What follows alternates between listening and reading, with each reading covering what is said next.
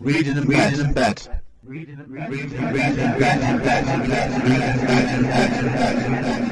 He lurked in the shadows, waiting and hoping she wouldn't take a different route. This was her usual room. He knew that. He knew her. Ghost of Me, the new book by Amanda Steele, can be found at Amazon, Kobo, Waterstones, and many, many other places. Reading in bed.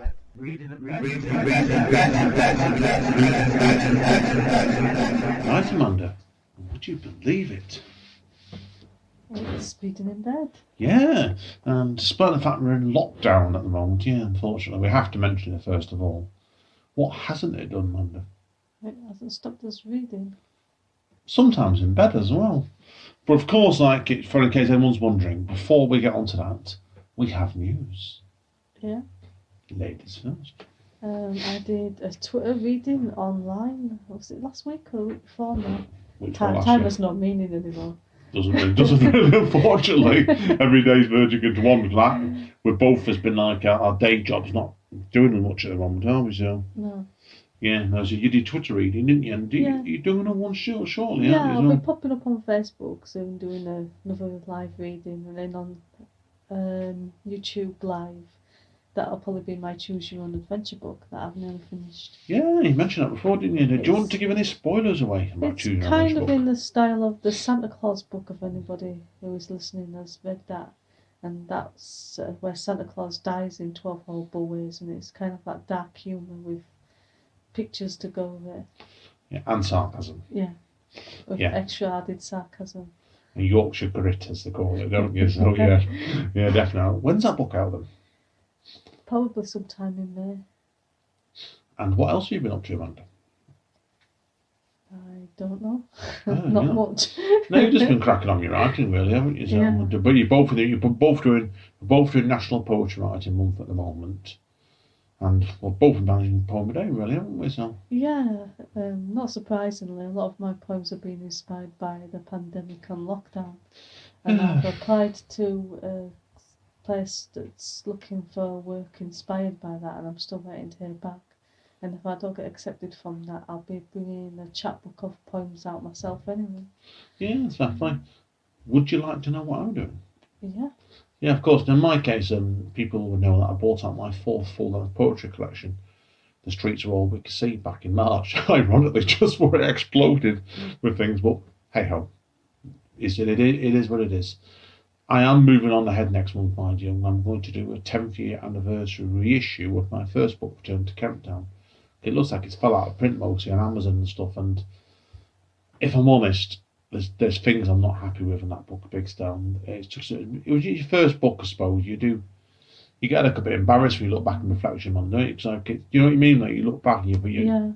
Because when we've been in lockdown, we've been doing what you call living room sessions, haven't we? Yeah. And I went back to my first book, and even though I've read them out, I'm not going to hide them, but I'm glad that I don't write like that anymore. Yeah, same for me from the first book. I've been writing already for years and years before that, but it's just a case of at the time I was in that more rush to bring that first book out. I did it wrong basically, and I'm a better editor now than I was then. So I thought it's 10 years now, and I thought there's not a lot of people. There's some people have seen this book, but not a lot of people know its existence as much. I wanted to go back and re-edit it, and I'm going to do with Amanda is I've re-edited most of the book. I've pulled some pieces from it because there's a couple that really make me cringe, and there's a few where they're just dated. You know what I mean? With some poems, you go along putting poems in your first book, you'll find you still don't like it, or your first novel, for example. There's things in it where it's dated it, and you're not fully happy with it. So I've gone back, re-edited all of it. I've pulled some pieces out, and I've got. Certainly before I started my second full-length book, and the song came in 2011 originally, the beginning of it started, there was quite a lot of pieces that I'd done after Kemptown was finished in May 2010, over 15 months out, that had never been issued anywhere else. Yeah. They're all in my notebooks, and they're too good to leave there, so I'm going to go back and put back 10, 15 extra poems, and just to give it the flavour the book should have been in the first place. So. Yeah. Next month I'll be able to reveal more as well about an anti-war book I'm nearly finished as well. with my sounds friend Nick. interesting. Europa 4. We've done 3 of these before now, our Andrew Ward books. We do them every year or two. My poems are done on that now. I'm waiting for Nick to come back to me with his stuff. So Yeah, I've seen some of his things on social media. He has a unique sense of humour. he's. I love Nick to death, but he does have ongoing spats with him. Facebook has put it nicely sometimes. Like I said, and Lee said, I'm not. I don't badmouth people I work with, but isn't. I wouldn't be putting up some erotic fiction he puts up sometimes. No. They're pretty nice. So, but he's a great guy. Watch your space in the book, that more next month. And I know, I told you before, Amanda, didn't I? Since I've gone into lockdown, I've gone back and started finding old manuscripts and incomplete manuscripts, haven't I? Yeah. Yeah, I found one that I've forgotten how to start it, called Ghosts in the Tracks, which is a 30-page poem, actually. Yeah. And it needs another chapter or two. So when you say you found it, and can you not remember it even after reading it, or did you read it and think, I vaguely remember this? Vaguely remember it more than anything else. And I just put it down, and I literally never had a hard copy of it, so it's a case of I thought I'd lost it. You lose things sometimes, don't you? So, yeah. And I did remember as well that a couple of years ago, I did start off with doing the vampire series called Role Reversal, which is the first book actually. And I got a bit into the second book, and I just got distracted with all the stuff, and I'm back on that again now. And that book will be done fairly soon. I want to complete as well. This is while I'm in May, because I'm probably going to end up going back into work in June. Yeah. Because I'm shielded at the moment. I want to try and get some of these old projects complete and get them out there, basically, or set up for release for the next couple of months. Whether they sell or not, who knows. But anyway, reading. In bed. What are we doing today first, Amanda?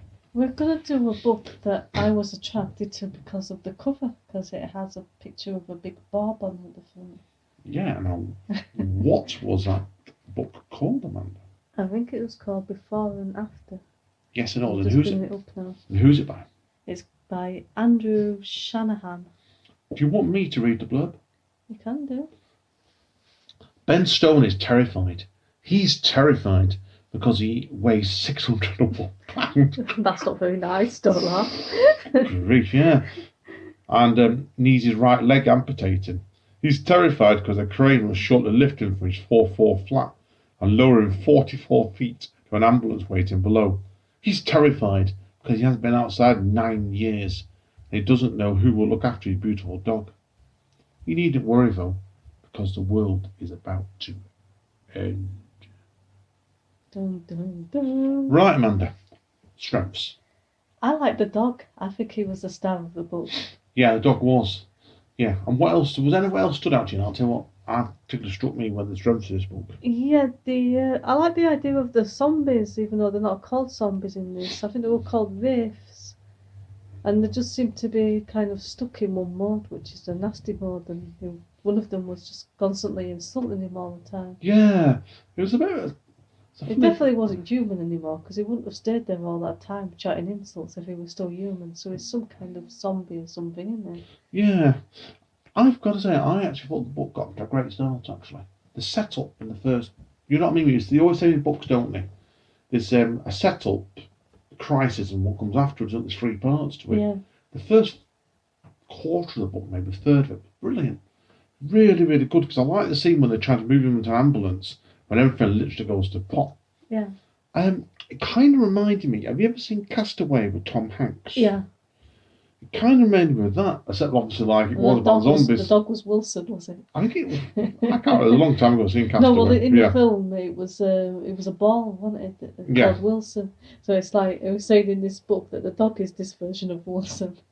Yeah, that's what I mean. It was like, yeah, they were brilliant, the setup of that was, because that what came before. And he kind of understood what he was getting at with that first part of the book. Yeah. And it was like, and he has to find ways, obviously, keeping his dog in the front of the book, him and his adorable dog alive and well, doesn't he? Like in Castaway. Yeah. And there's a few scenes when Ben managed to scrabble things together, just enough technical ingenuity to save both their skins. And of course, the best scene in the book, Amanda, is... It was just before halfway through that made me swear and say, what the bleep? Yeah. Where he ends up having to amputate his own leg, and then later on he feeds it to the dog. Yeah. Yeah. Well. Sorry for the spoiler, but I couldn't really do this review without mentioning that. Yeah. But it is after that, to me, the book fell apart. It built up, the first, it's about a third up just for the halfway point. Yeah. And then after that, I'll come on to it in the weaknesses, but I thought it was really doing really well then, that scene, and it really was a shocking scene as well. Yeah. It was the only funny scene in the book for me, in a But dark humour. Are we going to go way. on to weaknesses then straight away? Have you got anything else you need to cover on strengths? So we're going to weaknesses. No, not really. In strengths. We'll go straight to weaknesses now then, because Okay. that was the only funny scene in the book, basically, for me. Yeah. I found the book surprisingly unfunny. And like it's the case of nearly every review we read, Amanda, all the reviews in it was hilarious. Yeah, I didn't get it. No, didn't get it in the slightest, don't you? I just didn't find it funny. It wasn't like there was something there and you could tell it was supposed to be funny and you just like have a bad sense of humour. It was just like I couldn't even tell what this was supposed to be funny. Yeah. Okay, let me ask you a question as well for weaknesses side. This is my bugbear with the book was. I felt after 100 odd pages and stuff, it started getting too over-reliant on flashback chapters. I didn't mind them so much. Didn't like it. I thought it was overdone. It kind of shows how he got to the way that he was. Otherwise, it's just like he's the fat man and he's overweight, and you're just going to judge him on that. Yeah, but seeing his story, it kind of shows how he got to that point. Yeah, I felt the problem I had with it was there was too much of it. You could have done it. The ironic thing is, this is quite a slender book as well. The book was under 200 pages. Yeah. It felt padding to me, and that was the big problem I had with it. Apart from the fact it just wasn't plain bloody funny. Yeah, I couldn't really put my finger on why it wasn't as good, in my opinion, as everyone else seemed to think it was. Yeah, the setup is brilliant, isn't it? It was clearly a very, very good idea, and it is a very, very good idea.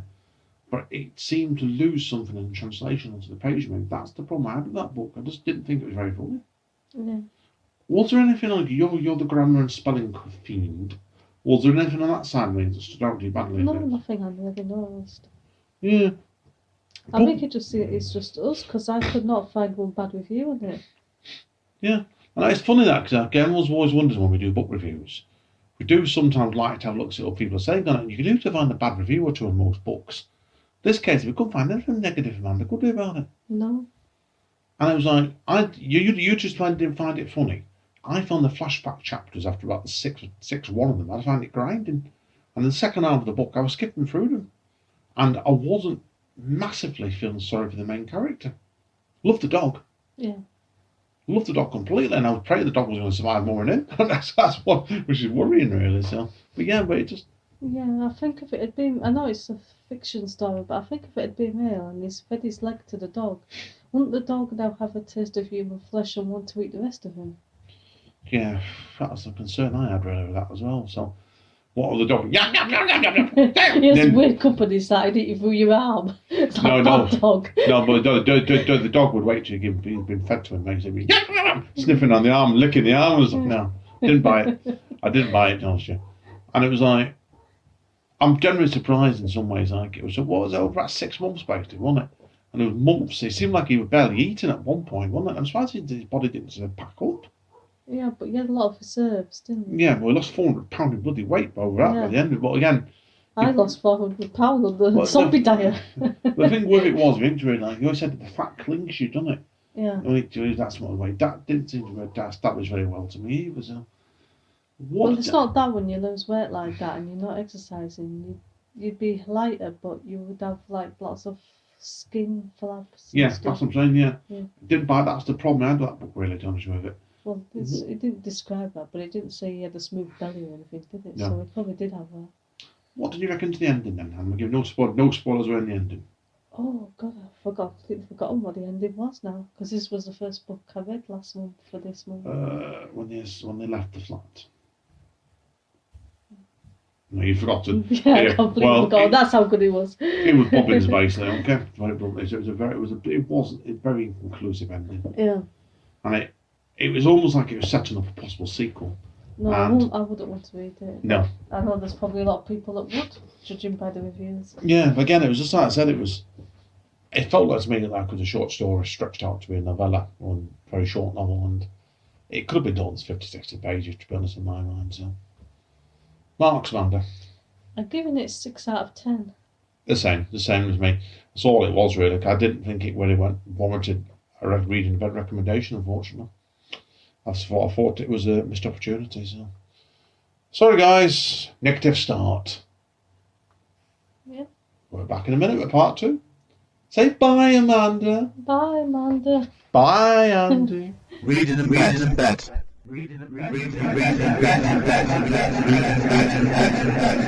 Hi, guys. Hello. Part 2 of Reading in Bed. Okay, now it's a funny one today, this, Amanda, because you look at the themes we're going to do today here. We've read a book about the end of the world, and the first book you're going to do today, Amanda, is about the end of the world in a way as well, isn't it? Kind of, yeah. Yeah, okay. Tell people, Amanda, then, what's this book called? It's called 1984 by George Orwell. What drew you to read this cheerful book? There's somebody who's not sitting too far away from me bought it as a person well over a year ago. Yeah? Yeah. Where did I get that from? I think we saw it in the shop, and my birthday or Christmas was coming up, and you said, "Shall I get that for you?" And you said you've not seen this, so I pretend I've not seen it. Oh, well, I'd have forgotten I'd done that, so. But anyway, so yeah, I've seen the book I've seen the film a long time ago. Oh, that was a cheerful film. I'm probably thinking about the book as well, so. Right, anyway, people that don't know the book, Okay. tell everybody the blurb. Right, so this is the blurb. Winston Smith works for the Ministry of Truth in London, chief city of Airstrip 1. Big Brother stares out from every poster. The Fort Police uncover every act of betrayal. When Winston finds love with Julia, he discovers that life does not have to be dull and deadening, and awakes to new possibilities. Despite the police helicopters that hover and circle overhead, Winston and Julia begin to question the party. They are drawn towards conspiracy, yet Big Brother does not tolerate dissent, even in the mind. For those with original thoughts, they invented Room 101. Yeah, no, the book itself was, I think it came out, was it 48 it came on this book, wasn't it? Yeah. I know, obviously, the talk it was an indicative way society was then, really. So I think it was Orwell's last book, or it said if it wasn't, it was one of his last books. And the book got into all kinds of trouble when it came out. So, right, Amanda, tell people the strengths of the book then. I think it's definitely unique. Early on in the book, even though it doesn't say in so many words, I mean, they have like a few different things. Like they have 2-minute hate every morning, which seems to be a way of like. A 2-minute what? Hate. What's where a 2-minute you're just hate? like Then? watching stuff on the screen and yelling angrily at it. And I'm guessing that's supposed to be like just so the rest of the time it gets it out of your system or something. You deep cleansing yourself, in other words, yeah. But then there was another thing where they was all lined up together, and this is the bit where it didn't say in so many words, and someone was yelling at instructions at them, like to carry on doing it and going 1, 2, 3, 4, 1, 2, 3, 4, and I'm pretty sure they were all pleasuring themselves. Or maybe that's just my mind that predicted it or translated it that way, but that's how I thought it was. Fair enough. I might be wrong, so if I am, somebody let me know. Fair enough then. So, right, okay. What else stood out to you well about this book then? It's a love story in a way, I suppose. Very warped love story. Yeah, very warped love story. Yeah. And it didn't feel like the kind of like cosy, I'd do anything for you kind of love. It seemed like I'll do anything for you until it doesn't suit me anymore, and then I'll just do anything to save my own skin. Yeah, very sadomasochism almost, isn't it, basically? Yeah, so yeah. Bizarre. So, was it a particular? I know you've read this in paperbacks. Was it? It's not a lot long a book, is it? It's about 300 pages. Was it long? It's longer than I remember it was. I read this in A levels. Oh, bloody hell, about 20 odd years ago. So it's been a long time since I read it. It wasn't. I didn't find it wasn't very easy to read either. So I know it caused you some problems, didn't it? No, not really. Or was it the size of the text you struggled with? I know you were. I know one you had to be. It's one of the book where certainly you can jump in and out of it very easily. Was it? It was a book you had to really pay attention to, didn't you? So No more than any other book. But anyway, so strengths-wise, is there anything else you need to say? No, not really. Weaknesses? I think, I don't know, lots of people have been saying that, like, with what's going on now, that this is like 1984. And I know one person who I'm not going to name that says it, and I'm 100% sure they've never even read the book. And I don't think it really is at all. I think if you really look for something in it, you can find something similar, but it's like the same can be said for anything, really. Yeah, I get completely with that. So, And to understand it completely more. So But there's also with the characters as well. I know they're supposed to be sort of like brainwashed, sort of zombie like people out there who just do what they're told and believe everything. But cheap, even you call it. Yeah. but even with the character of Winston, who's supposed to be different, he didn't feel very well developed to me, and he still felt a bit sheep-like. Yeah, it's a funny book. You think when you get into like when literature comes on and it has done. And this book was it for late 40s. You think really it's 80 years old. This book, so Yeah, it's not a very hopeful ending either. Even though I'm sure people should have read it by now, so I won't spoil it anyway, just in case they haven't. But yeah, it wasn't a hopeful ending. yeah, I heard that. I remember at the time. One of the books I'm doing today is from only a couple of years after, actually 1950, 51. So it's books like that. Sometimes they can stand the test of time well, and other times they can't. And so, do you think it's dated? This book? Even a lot more modern literature. It seemed okay to me, actually. I know some older books I can read and I lose interest, but to say how long ago it was written, I think it still held up a little bit. Yeah, we were hoping to try and get to give you a comparison, everybody. We might try. We'll have to look into this for a future episode. We might do a comparison yet between this and the Richard Burton film from 1984, also called 1984. Yeah. So we might try and track that down and do a special reading of bed yet for a special on that. But bear with us, okay? So so is there anything else you need to say, Amanda? No, it wasn't an awful book. It just wasn't the kind of thing to read if you need cheering up, because it won't cheer you up. Not particularly when you're in lockdown mode and you're reading a No. book about lockdown a different way. So yeah, get you complete. So what are you going to give it out of 10? I'm giving it a 7.5 out of 10. A recommendation. So it's a fair recommendation basically then. So like I said, obviously, is if you wrote that book, how would you done much different to it? I don't think it's the kind of book I would write. Fair enough. And so would you give it the bleak ending it got, or would you do something Well, different? yeah, probably, because it's me, isn't it? I always do bleak endings. Actually, you're miserable stuff, aren't you? So. Yeah. Not helped by reading miserable books. Exactly. So no, well, fair play, Amanda. So that's all for 1984. When we come back, everybody, in a minute, we're going to go to another alternative world book, which I'm going to read. So, right, say bye, Amanda. Bye. Bye. Reading in bed.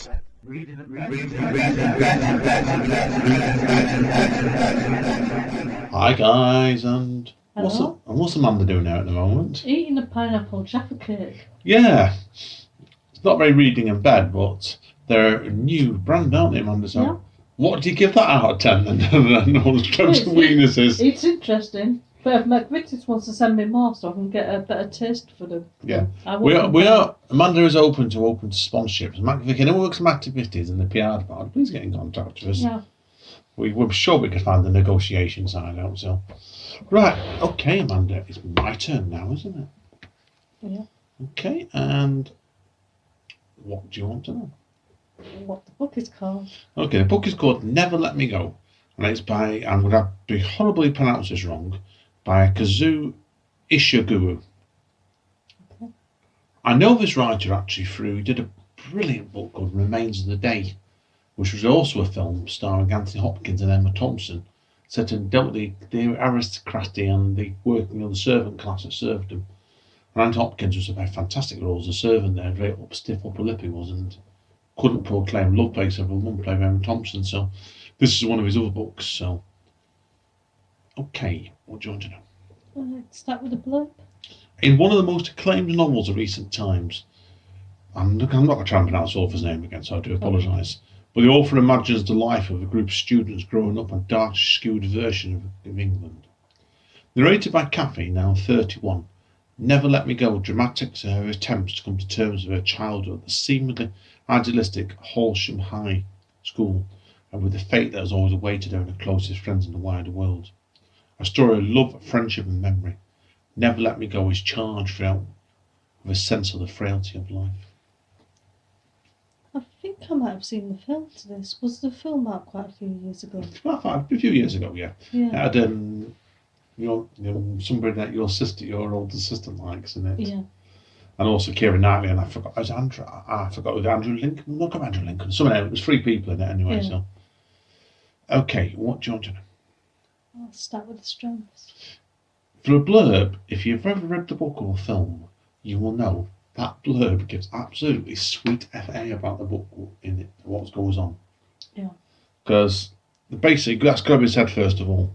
So, the blurb doesn't give a lot away about the book, and it's kind of misrepresented, really, because it's a lot bleaker and darker than you think it's going to be. Yeah. Because I've seen the film before, it was a few years ago, like you said.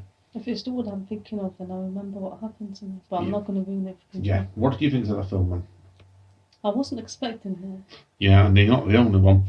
That's why. I'd seen the film and I was surprised by it a few ways when I saw it, so I kind of knew what to come into the book. But the book itself is set in alternative England in the late 1990s. And I'm going to have to give the spoilers away, unfortunately, okay? Where some people are cloned to be organ donors. Yeah. They're brought up in special needs, or special schools, I should say, in ignorance of the largest society which their fate is decided before they were born. What the society is like and how the donors are bred, we're never told. That part's never touched on at all. The author's intention seems to be to explore the human condition. There seems to be an intensified version of it. However, there's problems. Because in it, the donors themselves are have on the initials of their surnames to signify their socially incomplete status and their partial knowledge as containers of spare body parts. So it gives it that sort of distance, you know what I mean? Yeah. Kathy H, like all the other donors, has limited knowledge of this, and the book starts off with the three of them, and they just don't know this. And it's really bizarre, it's frustrating for the problem I had with it was, it isn't the strengths. But you get to the stage where the reader wants to know more about his alternative reality, and I know I saw the film on the book. You were left with a restricted view of it because of the blinkerness of the narrator. And it's the same in the film. And what do you think of the film when you saw it and that? I don't remember how it ended, but I do remember the twist in the middle and being surprised about the clones. Yeah. That's what I mean. The book's about halfway, basically. And I found it a bit fun, bizarre, really, because it works in the context of his book, but it's unusual. Because 1984, that's what I want to do is like yours. The main character is very passive in some ways, aren't they? Yeah. This book carries on from that, really, where the major three characters are incredibly passive. And you'd think, basically, like if, say, you were in the Nazi prisoner of war camps, you'd be fighting back more, wouldn't you? For little victories and nothing else, but there's none of that in this book. And it was 1984 like that, was it really, if you found? Well, he did fight a little bit, but by the end of it, I think they're just completely broken. Yeah, I think there's books like that, Junction. I think the book itself here, it is beautifully told and full of sad and longing, which 1984 is in a different way, between all three of the characters when they find out what their fate is going to be. I was really surprised by the way they expected it, but perhaps that's the point behind the book. And I think it's the same with 84 as well. There's similarities there, so. Because on the reviews in this, it's bizarre really, because it's almost given a soap opera banality in it in places. Do you understand what I mean by that? That's what some of the reviews have all been saying. When the lead major character, Kathy, she treats it almost real life. But we're left thinking, is it a science fiction? Is it horror? Yeah. You tell me, what do you think? It's cross-genre, I think, isn't it? Yeah, it's something in between. The reviews I've read said this is almost like a description of our own lives, journeying the barriers in all three of them.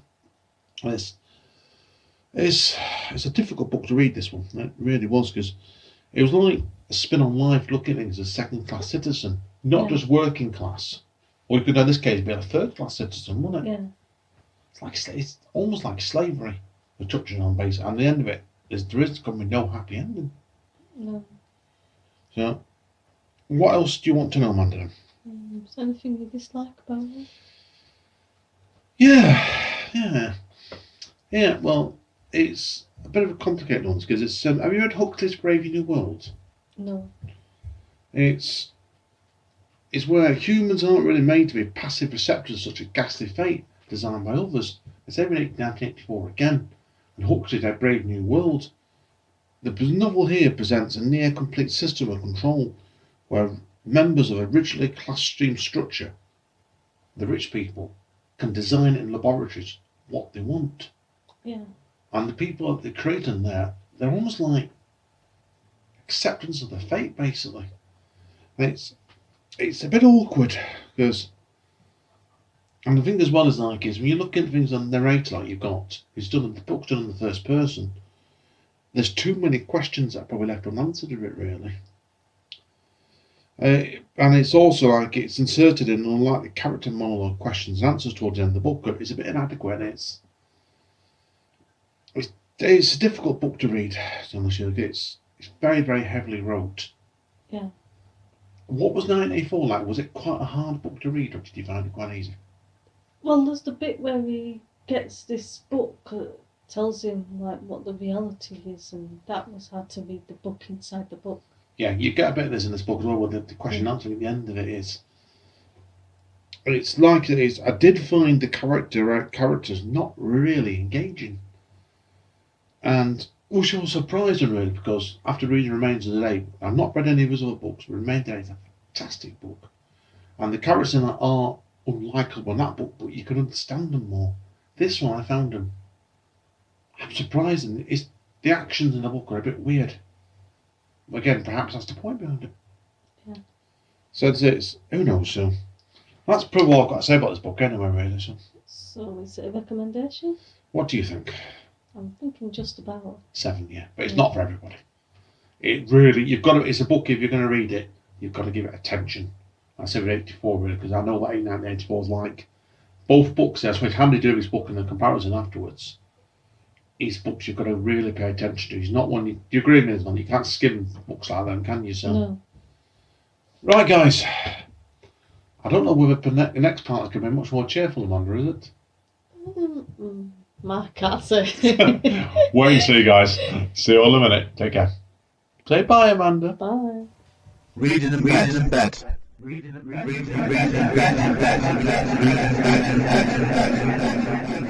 Welcome back to Reading in Bed. Episode 28, I think. 28, yeah. Yeah. So many. I know, it's crazy. Like, it was, when I was getting my notes together on this, I looked at this before and I said to Amanda, I can't believe we've done 28 episodes. It shows you so. Anyway, right. Have we got a cheerful book for us? Nice comedy. Well, it's a comedy, this book, actually. We're not perhaps, I don't know whether it's intentional, it's another ball game.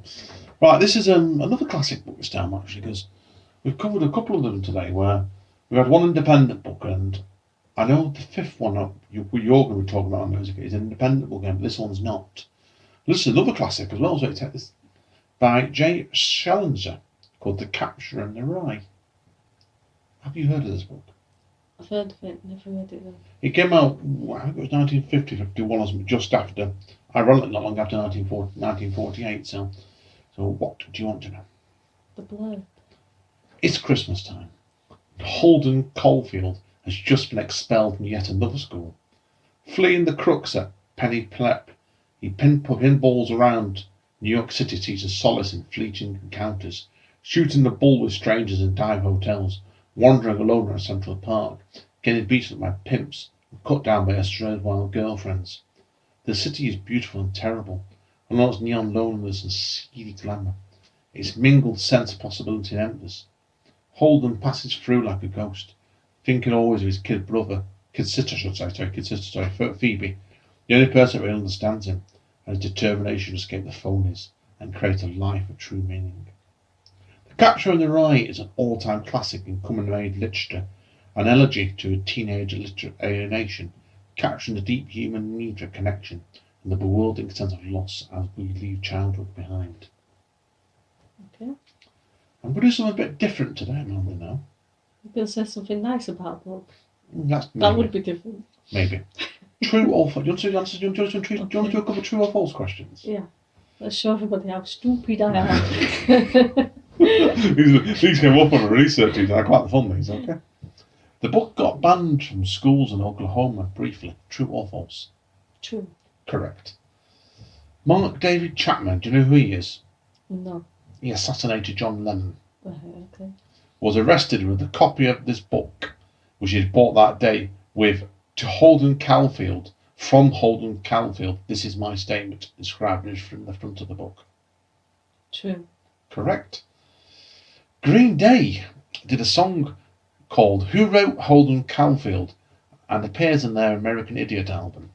I've not got it, but I'm going to guess true. False. Oh. It was on Kaplunk.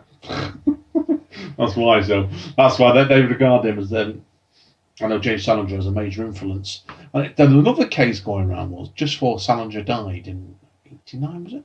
Where somebody actually wanted to bring out a sequel to this book of Holden Caulfield in an old person's home when escapes on the run, and he wouldn't do it. He wouldn't have it. He did not like to call it fan fiction. No. Okay. Right, okay, Amanda. What do you want to know? The Straps.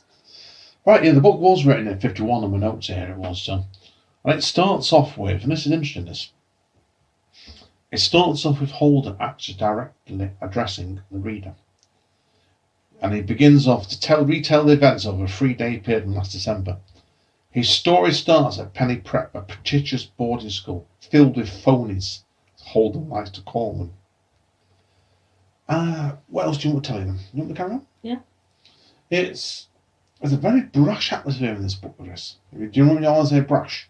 No. Angry. Right, okay. From the very beginning of the book, we're Holden portrayed as insolent, lazy, and quite frankly, completely clueless about his future. So he's almost like he's like a rebel without a cause sort of thing.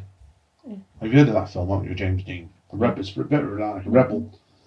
And it's a wake-up call, basically, to all teenagers, and in the sense of it, it's an inspiring read. It sends out the message we all should remain hopeful and true to ourselves. The book seems to have gone down well in all generations, as teenagers can relate to it. And it's quite complex themes of rebellion, identity, and independence are in the book. And it's been regarded as a classic ever since because of that.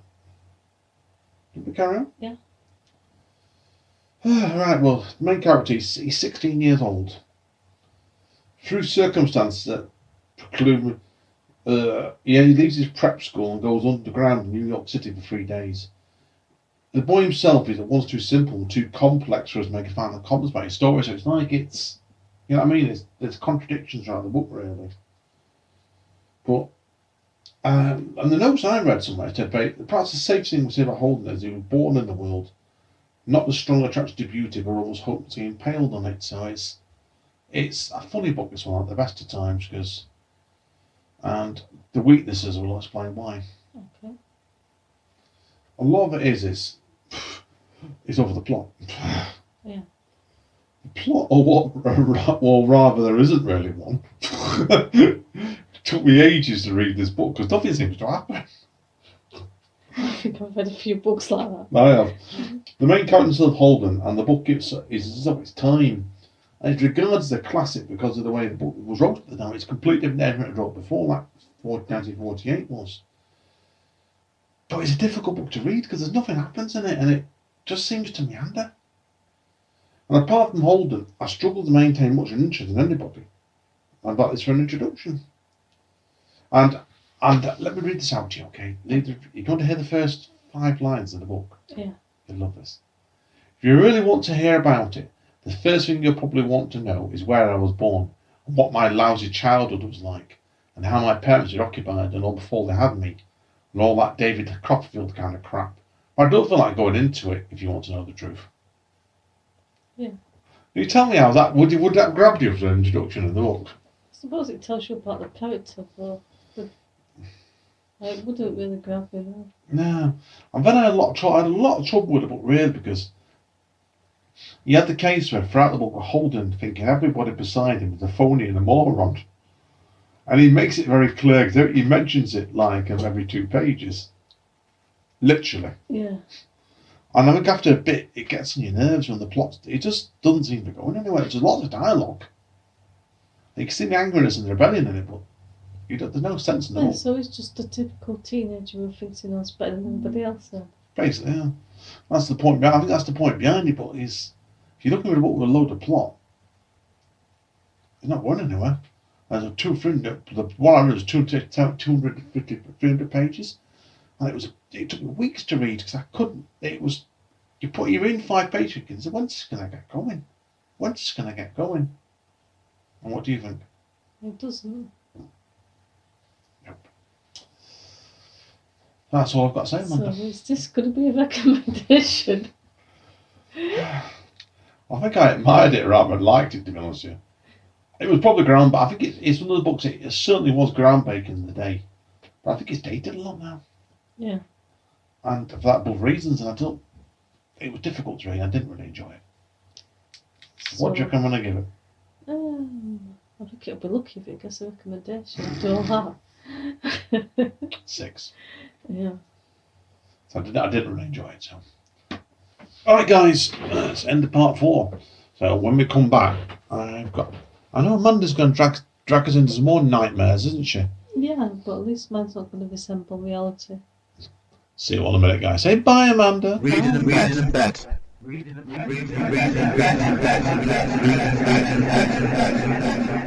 Hi, guys. Hello. Part 5 now. We've swapped around a bit this time because normally we tend to take it in turns, Amanda, don't we? So Yeah. But this time Andy decided to take over the podcast.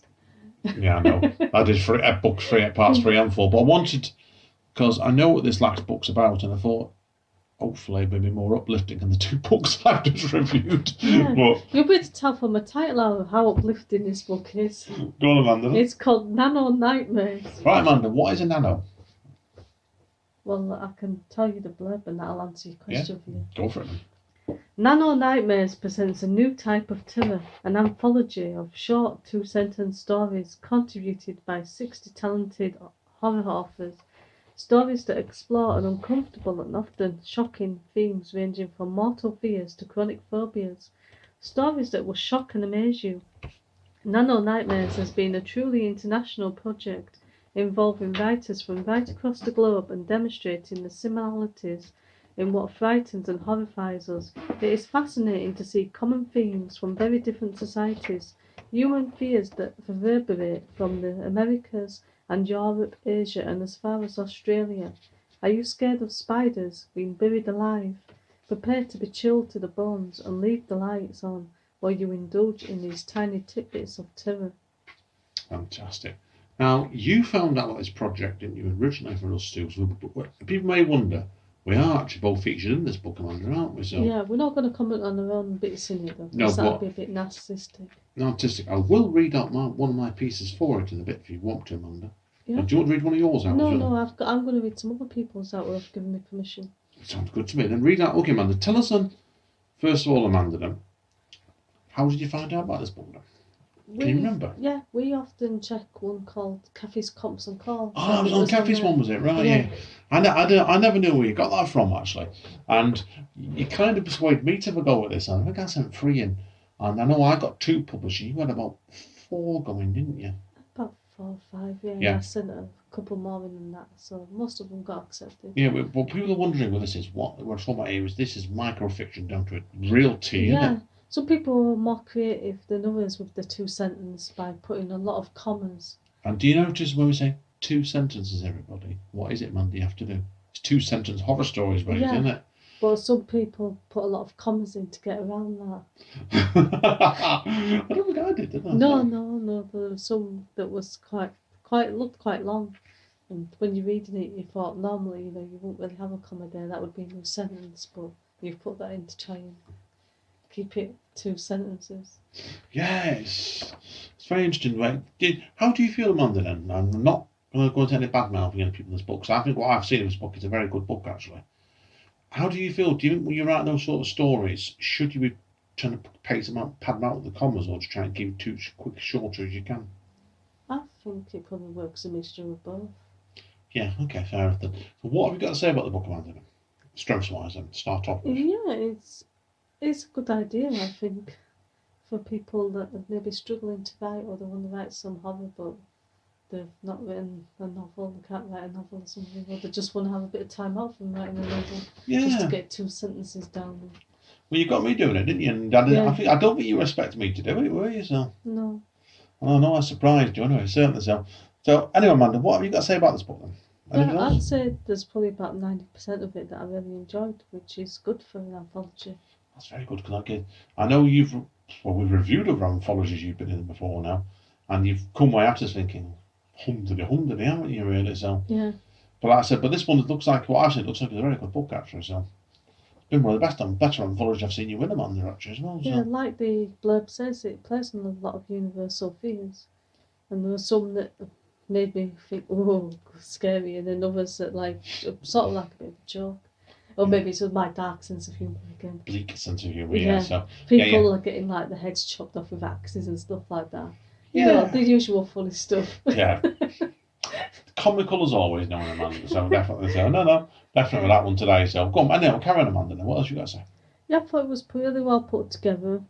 I liked the little sort of subtle artwork, so rather than like big pictures and stuff, there were just like little images of clowns and spiders and eyeballs and stuff that was relevant to the story. Yeah, I think what's always good about this when you're doing this sort of book is like this, and you tell me if you agree with this, is they don't have to do a lot of editing, really, do they? So. No, but with them being short, it's like there could have been a lot of blank space, so they kind of filled that with just like little black and white tiny images between it, and it worked really well and made the book look a lot better. Wasn't there 60 odd authors in the book, wasn't Yeah. there? So, yeah, I thought it was. Yeah, and I've got the book in front of me now, and it's actually 160 odd pages. Like I said, because like some of the writers have got, what, 3 or 4 short stories, in fact more than that, some up to 4 or 5 short stories in it. And if you don't, what's always good is like if you don't like one of them, you can always skip the next chapter, can't you? So it's, Yeah. and it have to be told like quite. They have to put an impact to you straight away, don't they? Yeah. Bang bang. Yeah, so I've got 3 here from authors that have given me permission to read their stories out. So the first one's from Pamela Kinney. My wife called out in surprise. She surprised me all right as she swung the axe and severed my head from my shoulders. Yeah, you would pick that one. And the second one is from Charles Remington. Reaching up, I can feel that my right ear has gone. My eyelids are rapidly following suit. The nanobots that were supposed to treat my cancer failed to stop there. I can see my horrified medical team on the other side of the glass, wincing at my obvious intolerable pain. Why don't they kill me now? Kill me now. So that's one that was quite creative with the commas. Yeah. In case you hadn't guessed. There's a lot of commas there. How many lines is that? About a good few lines, that one, isn't it? Yeah. Yeah. No, that's good stuff. Very good. So like you can see there, he's used the commas there to keep the story going, make it a bit longer. Yeah. It's been clever. So. And the final one I've got to read out is by Fiona M. Jones. Being a hypnotist had never paid well, so Dorian switched to cosmetic surgery. When his patients woke up, they always saw exactly what they wished for, and nobody ever told them the truth. Meow. No, clever. Very, very clever indeed there. So, do you want to, should we give people a flavour of one of mine then? Yeah. Look in front of me. I know, no, people didn't tackle any of these, did they? Even so much, it's probably the best way of doing it. Yeah. Here's my first one, okay? And I do apologise for this.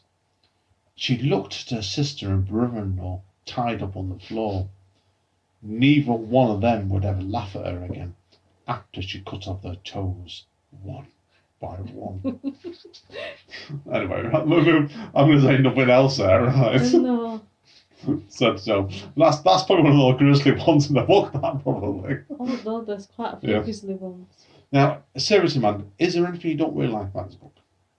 No, not really. And that been the case, and obviously that been if there's no negativity, then is that a 10 out of 10? It's a 9, because like I said, there's 90% that I liked. So. Yeah, well, it's supposed like 10. Which is good for an anthology, because you're never going to like everything, are you? No, people are different. It's got more hits than misses, that's for sure, isn't it? So, good stuff. Good stuff, so. Right, well, guys and girls, that's it, isn't it, Amanda? Yeah. Now, are we going to give us hints away what we're reading for next month? I can mention a certain John Bishop book. Yes, and what's a John Bishop book you've got? I think it's called Getting Old, and then it's got the subtitle A Middle-Aged Man Mourning. So look, I've got as my Kindle in front of us, I can confirm the title to that. How to Grow Old, a middle-aged man moaning. Yeah, and I did remember the bit about the middle-aged man mourning. Well, the first book, I'm going to read that with Amanda next month, to be honest, but I'm currently going through Tom Baker's autobiography. Tom Baker was most famous in the 4th Doctor Who, called Who on Earth is Tom Baker? And that's a middle-aged man moaning as well. So I'm having a theme, except I've got a book that doesn't have any middle-aged men mourning in it, so I've ruined the theme already. And what's the other one you're reading then? It's called My Lies, Your Lies. Who's that by then? Can you remember? Or... Susan, I've forgotten her surname. Well, I've got. I'm debating. I've got a ghost book I want to read at some point called The Woman in Black. So whether I get a chance to read that next month, I don't know yet. So I want to read some poetry next month as well. But guys and girls, seriously, to conclude, stay safe at the moment.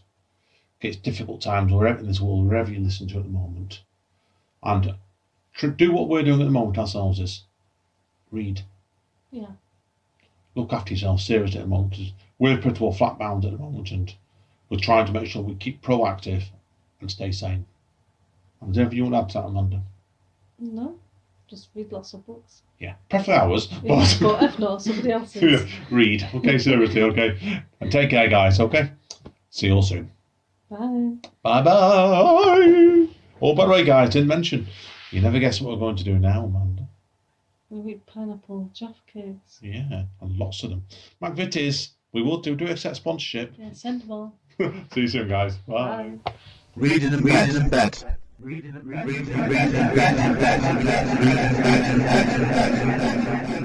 He lurked in the shadows, waiting and hoping she wouldn't take a different route. This was her usual room. He knew that. He knew her. Ghost of Me, the new book by Amanda Steele, can be found at Amazon, Kobo, Waterstones, and many, many other places. Reading and bet.